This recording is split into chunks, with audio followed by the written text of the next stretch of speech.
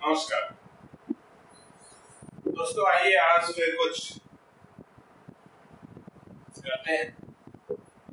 ये जो क्वेश्चंस कुछ बोर्ड में लिखे हैं, इनमें से ये 9 क्वेश्चन हमारे किसी व्यूअर ने भेजे हैं और ये लोकसभा सेक्रेटरीट में रिक्रूटमेंट के लिए पीछे जो एग्जाम हुआ था उसमें इंग्लिश वाले सेक्शन से। इधर जो ये क्वेश्चन है ये कुछ मैंने अपने आप ही ऐसे डिवाइस किए हैं और ये प्रीपोजिशन से इनको भी करेंगे और इनके साथ साथ हम थोड़ा सा कुछ नई प्रीपोजिशन भी करेंगे, जैसे प्रीपोजिशन टाइम के संबंध में कैसे, कहां पर एट और इन और ऑन होता है, और अराइवल के संबंध में कहां पर एट और इन। सबसे पहले अराइवल का देखें। अराइवल के लिए ये है कि आप किसी जो बाउंड्री वाली चीज होती है उसके अंदर जब पहुंचते हैं तो you arrive in that place. You arrive in a country, arrive in a city, arrive in a town, even in a village, क्योंकि उसकी जब बाउंड्री से। इसी तरह से you are in your house, आप घर के अंदर। देखिए, आप हिंदी में भी कभी कभी देखते हैं ना, कोई पूछता है भाई टेलीफोन पे कि आप कहाँ हैं, आप कहते हैं घर पे, घर पर। तो जब ऐसी सेंस निकले, जब आपने लोकेशन बतानी तो आप वहां एट भी प्रयोग, at street, at house, at home. लेकिन अगर बाहर ही खड़ा हुआ आदमी पूछे भाई आप कहाँ हो, आप कहोगे मैं घर के अंदर, उस सेंस में इन प्रयोग। इसी तरह से जैसे अभी हमने कहा कि आप गांव में भी इन प्रयोग करेंगे, टाउन में भी, कंट्री में भी और सिटी में। हाँ, अगर किसी पॉइंट से मतलब हो, जैसे आप कहें कि मैं स्टेशन पर पहुंचा, स्टेशन पर पहुंचा ही बोलते हैं आप हिंदी में, और एंड अंग्रेजी में आप बोलते हैं you reach at the station, you reach station, arrive at station, क्योंकि रीच के बाद प्रीपोजिशन नहीं। बट कहने का मतलब ये था कि arrive at certain point, at railway station, at platform, at airport, at stadium, इनके लिए एट आपने यूज करना। जब पॉइंट से मतलब उसका मतलब होता है कि उस जगह के बाहर सड़क, और अगर अंदर से आशय हो तो वहां पर इन आप, ये अराइवल का होगा। टाइम का ऐसा होता है कि एट प्रयोग 3-4 स्थितियों में होता है। जब आप पर्टिकुलर आवर बताएं, जैसे 4:30 पर, तो एट 4:30 ये होता है। एक होता है कि बिल्कुल पर्टिकुलर पॉइंट बताएं टाइम का, पॉइंट तो जैसे 4:30 भी पॉइंट ही हुआ। इसी तरह से पॉइंट होता है दोपहर, दोपहर का मतलब ठीक 12 बजे। इसी तरह से आधी रात, एट मिडनाइट, एट नून, ये ऐसे एट। इसी तरह से अगर आप किसी को कहें कि भाई चलो यार गांव में चले, वो आप दोनों एक ही गांव के बाहर कहीं रहते हैं, तो वो दूसरा अगर ये कहे कि दिवाली पे चलेंगे, तो वहां पर आपने एट यूज करना है। So we said go to village at Diwali, वहां पर एट यूज करना है। यानी जब आपका पीरियड से संबंध हो, एक पर्टिकुलर दिन से नहीं। दिवाली का मतलब जब आप कहेंगे कि दिवाली पे चलेंगे, इसका मतलब ये नहीं है कि आप दिवाली वाले दिन जाएंगे।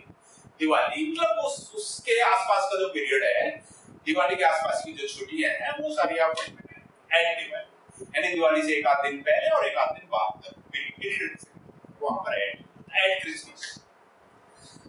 तो हमने देखा at Christmas, at Diwali, at Holi, इसके संबंध में एट का यूज हुआ। जो पर्टिकुलर पॉइंट है, एट मिडनाइट, एट नून, इसी तरह से घंटे, बजे, एट 4:30, एट 5:30, एट 7, इसके लिए भी एट। इसी तरह से एक खास उम्र के लिए ऐड होता है। जैसे वो कोई कहे कि उसने 12 साल के ने मैट्रिकुलेशन पास कर लिया, ही पास मैट्रिकुलेशन एट 12 या एट द एज ऑफ 12, यहाँ एज के साथ ही एट की, तो ये एट की। ऑन का प्रयोग होता है दिन के लिए और डेट के लिए। जैसे आई शैल कम ऑन मंडे, मैं मंडे को आऊंगा, या मैं डेट कहूं कि मैं 29 तारीख को आऊंगा, आई शैल कम ऑन 29, इसके लिए। और बाकी सब के लिए जैसे सुबह, इन द मॉर्निंग, शाम, in the evening, in the afternoon, महीने के लिए भी इन होता है, इन जुलाई, इन जून, साल के लिए भी इन होता है, इन 2015, इन 2010, ऐसे। बट किसी पार्टिकुलर दिन की अगर मॉर्निंग या इवनिंग हो, वहां पर ऑन यूज होता है। जैसे ऑन द मॉर्निंग ऑफ 21 जून 2015 दिसंबर, वहां पर ऑन द मॉर्निंग कहेंगे। पार्टिकुलर जब स्पेसिफाइड मॉर्निंग हो या इवनिंग, वहां पर। तो ये हुआ बस मेरे ख्याल से प्रेपोजिशन दूसरे रिलेशनशिप हो गई है। अब इनको he wants to be, ये आर्टिकल से रिलेटेड है। इंजन ड्राइवर, तो यहाँ पर ये देखना है कि ए आएगा या एन आएगा। देखिए ये साउंड से रिलेशन है, जो काउंटेबल नाउन है, जो गिने जा सकने वाले नाउन है और वो सिंगुलर है, उसमें ये देख ले कि उस नाउन की साउंड, उस नाउन लिखने का नहीं, उसकी साउंड अगर वोवल की साउंड है तब आपने एन लगाना है। जैसे इंजन ई बोला जाता है, तो ये वोवल की साउंड है, इसलिए एन आएगा यहाँ पर। he wants to be an engine driver. अगला, he will go to see rail museum. देखिए रेल म्यूजियम कोई खास रेल म्यूजियम है, तभी आर कैपिटल भी है, एन कैपिटल भी है। तो जब कोई खास जगह हो, वो खास नाउन हो, उसके लिए आप दी यूज करते हैं। He will go to see the rail। अब ये द या दी, इसका भी इसी की साउंड से होता है। इसके बाद जो वर्ड आएगा, अगर वो वावल वाली साउंड से शुरू हो रहा है तो दी बोलना है, और अगर वो कॉन्सोनेंट की साउंड से शुरू हो रहा है तो आपने द बोलना है। I am going to library to borrow a book। क्योंकि आप कोई किताब लेने जा रहे हैं, आप स्पेसिफाई नहीं कर रहे हैं, to borrow a book। He is, यहां भी वही एक काउंटेबल नाउन है। अब इसकी साउंड देखिए, यू, यूरोपियन, यू की साउंड है, वो वोवल की साउंड नहीं है, इसलिए ए आएगा।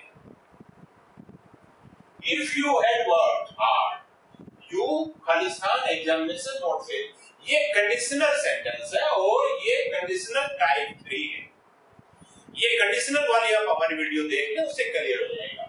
यहाँ पर लिखा हुआ है if you had worked hard, ये टाइप 3 आपको पता लग रहा है। यहाँ पर वुड है और वर्ब की थर्ड फॉर्म आएगा, यू वुड हैव। अब ये नॉट है fail, not fail, you would not have failed examination. अगला, इफ ही इनवाइट्स यू, ये भी कंडीशनल से है, लेकिन ये कंडीशनल टाइप 1 है। If he invites you, you to the party, you will go to the party। ये प्रेजेंट इंडेफिनिट में बनेगा और ये फ्यूचर इंडेफिनिट में बनेगा। what, ये भी उसी का है, कंडीशनल का। what इसमें से बनना है दो में से।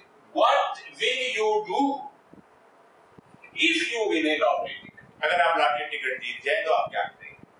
अगला, this year's question paper was, अब ये इजी ब्रैकेट में दिया हुआ है, इजी का कोई फॉर्म लगानी है, than that of last year। This year's question paper was easier than that of last year। यहाँ पर easier आ जाएगा, comparatively आ जाएगा। He is person I have ever seen। person I have ever seen, इसी से पता लग रहा है यहाँ पर आपने सुपरलेटिव डिग्री लगा दी है। अब क्वेश्चन ये आएगा कि स्टूपिड की सुपरलेटिव डिग्री क्या होती है? सुपरलेटिव डिग्री स्टूपिड के लिए दोनों ही फॉर्म पॉसिबल है। स्टूपिडेस्ट भी हो सकता है और द मोस्ट स्टूपिड भी हो सकता है। तो यहाँ पर आएगा he is the stupidest person I have ever seen, या he is the most stupid person I have ever seen। तो ये तो लोकसभा सेक्रेटरी के जो एग्जाम हुआ था उससे ये कुछ नहीं मैंने लिखी है, इनको भी देखना बेटा। I could not buy that pen. मैं वो पेन नहीं खरीद सका because there was not sufficient money. अब यहाँ पर क्या है? Of me, by me, with me. तो यहाँ पर आपने by लगाना है, याद रखिए। इनको मैं चाहूंगा कि एक बार आप ट्राई कर लें। आपको पता है तो, नहीं तो लिख दें। यहाँ पर आपने by लगाना है। उसके बाद I was helped, ये खालिस्तान और ये खालिस्तान, देखिए हेल्प दो तरीके से हुई है। यू, आपसे मेरी मदद की गई, आप द्वारा मेरी मदद करी गई, और पैसे द्वारा मदद करी गई। तो आप ये देख लीजिए जो जान वाली चीज है, जानदार चीज है, यू, इसने जो मदद की है उसके लिए बाई लगेगा, और जो बेजान चीज है उसके साथ I was helped by you with। इसी तरह से आपको ध्यान होगा एक वर्ड होता है accompanied, accompanied के साथ भी यही होता है। अगर आप आदमियों के साथ जा रहे हैं तो हम कहेंगे I am accompanied by some people or by my parents or by my friends। और अगर with जा रहे हैं, जैसे आप अपने कुत्ते के साथ जा रहे हो, I was accompanied with my dog। तो ये आदमियों का और जानवरों का या फिर जानदार चीजों का और बेजान चीजों का फर्क। अगर आप कंपैरिजन जानदार और बेजान में कर रहे हैं तो जानदार के साथ बाई लगा दीजिए, बेजान के साथ विद लगा दीजिए। अगर आप आदमी और जानवर का कर रहे हैं तो आदमी के साथ बाई लगा दीजिए, जानवरों के साथ विद लगा दीजिए। दिस चेयर इज मेड, यहाँ पर ऑफ या फ्रॉम या बाई, और यहाँ पर ice cream is made of from या बाई। देखिए अगर आपको छठी या सातवीं क्लास की साइंस याद है तो उसमें कुछ फिजिकल रिएक्शन होती है, कुछ केमिकल रिएक्शन होती है। फिजिकल रिएक्शन वो होती है जिसके होने से जो बेसिक कंपोनेंट है जिनसे कोई नई चीज बनती है, वो अगर उन दोनों के गुण अलग अलग हो तो फिजिकल रिएक्शन है, वो फिजिकल चेंज।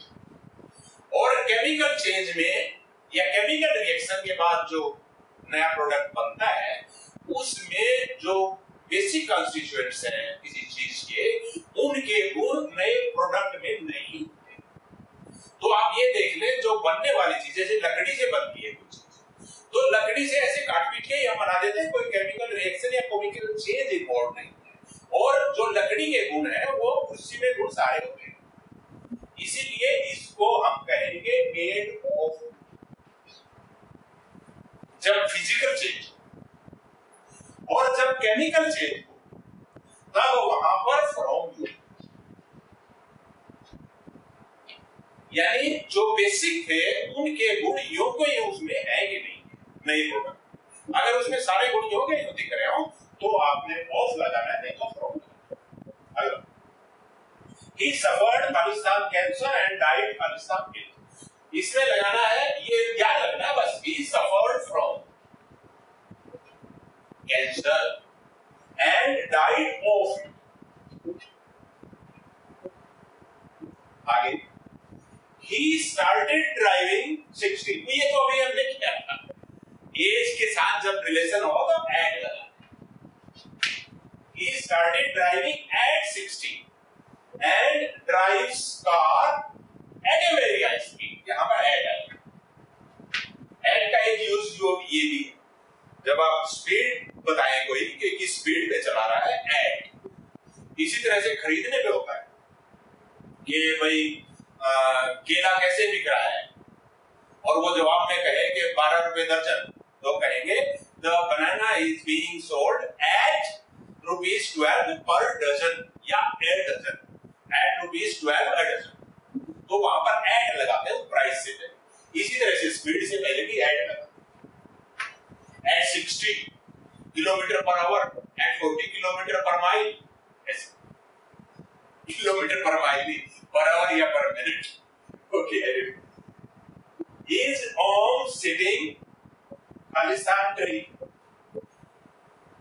देखिए इसमें दो चीजें हैं, एक होता है पेड़ के नीचे अंडर द ट्री, एक होता है पेड़ की छाया में। पेड़ की छाया हो सकता है पेड़ से थोड़ी दूर हो, जब सूरज बहुत नीचे चला जाएगा या जिस टाइम सूरज राइज कर रहा होता है उस टाइम, या सूरज जिस टाइम अस्त हो रहा है उस टाइम पे पेड़ की छाया पेड़ के नीचे नहीं होती, पेड़ से हटके होती है, तो वो शैडो होती है। तो अगर आप उसमें छाया में बैठे हैं तो आप कहेंगे I am sitting in the shadow of the tree. लेकिन पेड़ के आप नीचे बैठे हैं तो you are sitting under the tree, तो यहां पर बस कहेंगे under. Question what is Om sitting under the tree? No, he is sitting the shadow of the tree। यहां पर इन होगा, शैडो से पहले अंडर नहीं लगाना है, शैडो से पहले इन लगाना है, इन दी शैडो या अंडर दी। उम्मीद आपको क्लियर हुआ। पहला he comes a rich family, comes के बाद लगाना। देखिए इसका कहना ये चाह रहे हैं कि वो बड़े परिवार का है, बड़े परिवार में पैदा हुआ, बड़े परिवार से संबंध रखता, तो यहाँ पर ऑफ होता है, he comes of a rich family। अगला he died blank space loss of blood। देखिए यहाँ हमने देखा था he died of cancer, ये कोई बीमारी थी जिसके कारण वो मरा। अब क्या हुआ, उसका खून बहा और खून बहने से मरा, तो जब ऐसी स्थिति हो तो फ्रॉम कहेंगे, he died from loss of blood।